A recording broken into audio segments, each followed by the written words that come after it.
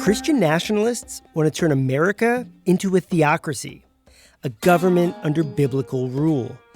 If things go their way this election, it could mean more power for them and fewer rights for you.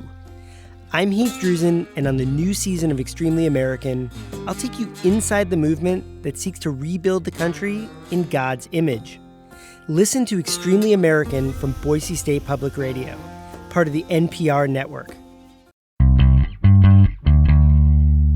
More Idaho Matters now from the studios of Boise State Public Radio News. I'm Gemma Gaudette.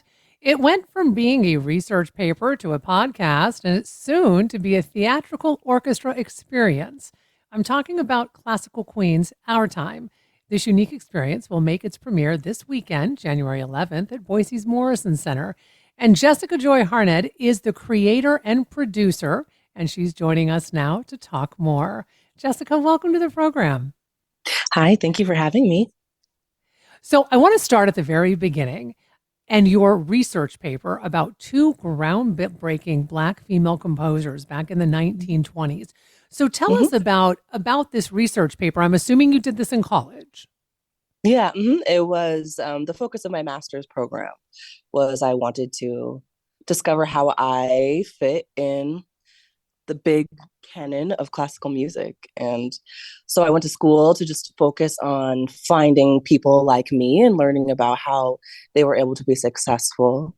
And then the culminating projects were a research paper and performances of Black female composed music. And who were these two Black female composers that you did your paper on, for folks who may not be familiar?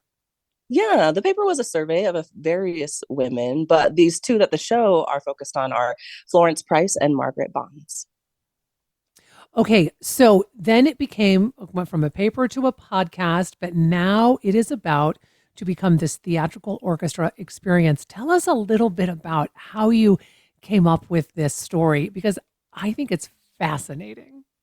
Thank you very much. Yes, I wanted to do a few things. I think the first was I think that orchestral music is beautiful. And I also think that a lot more people could care about it and would care about it if they could relate to it and if they could connect to it a little bit easier. So I wanted to kind of examine how we could innovate the orchestra, how we could connect to new audiences. And and so that was my first goal. So we took away a conductor, we took away music stands, and we have the orchestra as people and members in the show that can connect, and we see them not just as musicians but as humans. And then the second part of the show that felt really important to me was I wanted to create an example of a classical music environment that was supportive, that brought everyone together, that was less about competitive achievement and more about community achievement. And I wanted to just create a physical example of what that could look like to the world.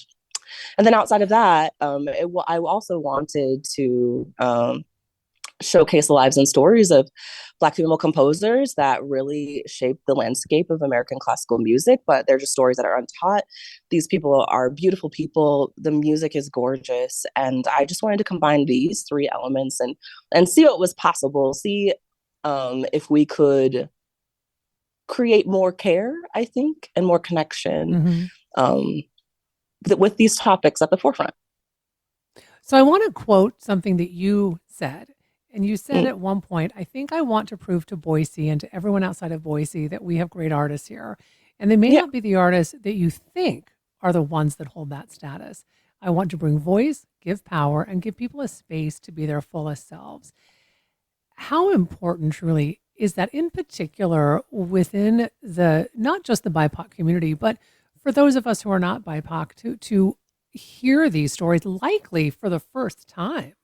I think it's so important. I think the reason why I want to utilize these stories is because I believe that they are the stories that will connect us all, despite being BIPOC or not. the people within the show are many are local community members, and some are from out of town, but they are all people that who are such assets to our community, beautiful players, people that work so hard, but I just don't think that people have yet seen them at their fullest capacity. And I wanted to create a space where that was possible. And I think we were able to do that. I think the environments are that, which is really beautiful, really heartening. So you are a violinist with the Boise Philharmonic, and I want to know what it has been like being the composer, being the creator, the producer of such a big project like this. Mm-hmm. Well, I'm not the composer. I did commission composer, however, but what is it like? I feel like I get to take all these skills that I've cultivated, freelancing and performing with the Boise Phil, and in my research, I get to take all these skills and hold them at their fullest capacity with people who are doing the same. I feel like we are able to work from this space of genius that I had not been able to do before, and it is truly one of the most remarkable experiences, and I feel so lucky that I get to do this. What can people expect to experience on Saturday if they come to this performance? Because I've got to imagine from what you've said, it's going to be different than a traditional orchestra experience. Correct. It will be. You can experience an orchestra in movement, in costume. You can experience orchestra members as characters in a play, in a Broadway, just like that. The orchestra will be on stage. We also have dancers, beautiful dancers, that will be helping us to depict scenes and these storylines that are being told. And then also our narrator is an MC, a spoken word poet, who's created all the poetry and will be performing. And so the story, you'll be able to follow along with the story through him and through the music and the acting and movement that's on stage. Well, it sounds really just pretty incredible. And I want to thank you so very much for taking time today, because I know how busy you are right now. So thank you for finding space for us to be able to come in and talk about this. No, thank you for making the space for me. I really appreciate it. Thank you so much. Oh, you are more than welcome. We've been speaking with Jessica Joy Harnett. She is the creator and producer of an upcoming theatrical orchestra experience. It's called Classical Queens, Our Time. It will premiere this Saturday, January 11th, at Boise's Morrison Center. This is the Idaho Matters podcast. I'm Gemma Gaudette. If you like podcasts like this, explore more from the Boise State Public Radio podcast family. There you'll find a mix of daily news, Idaho Voices, and in-depth series on a wide range of topics. I'm talking wild horses, political scandals, sustainable ranching, and militia groups in a post-January 6th world.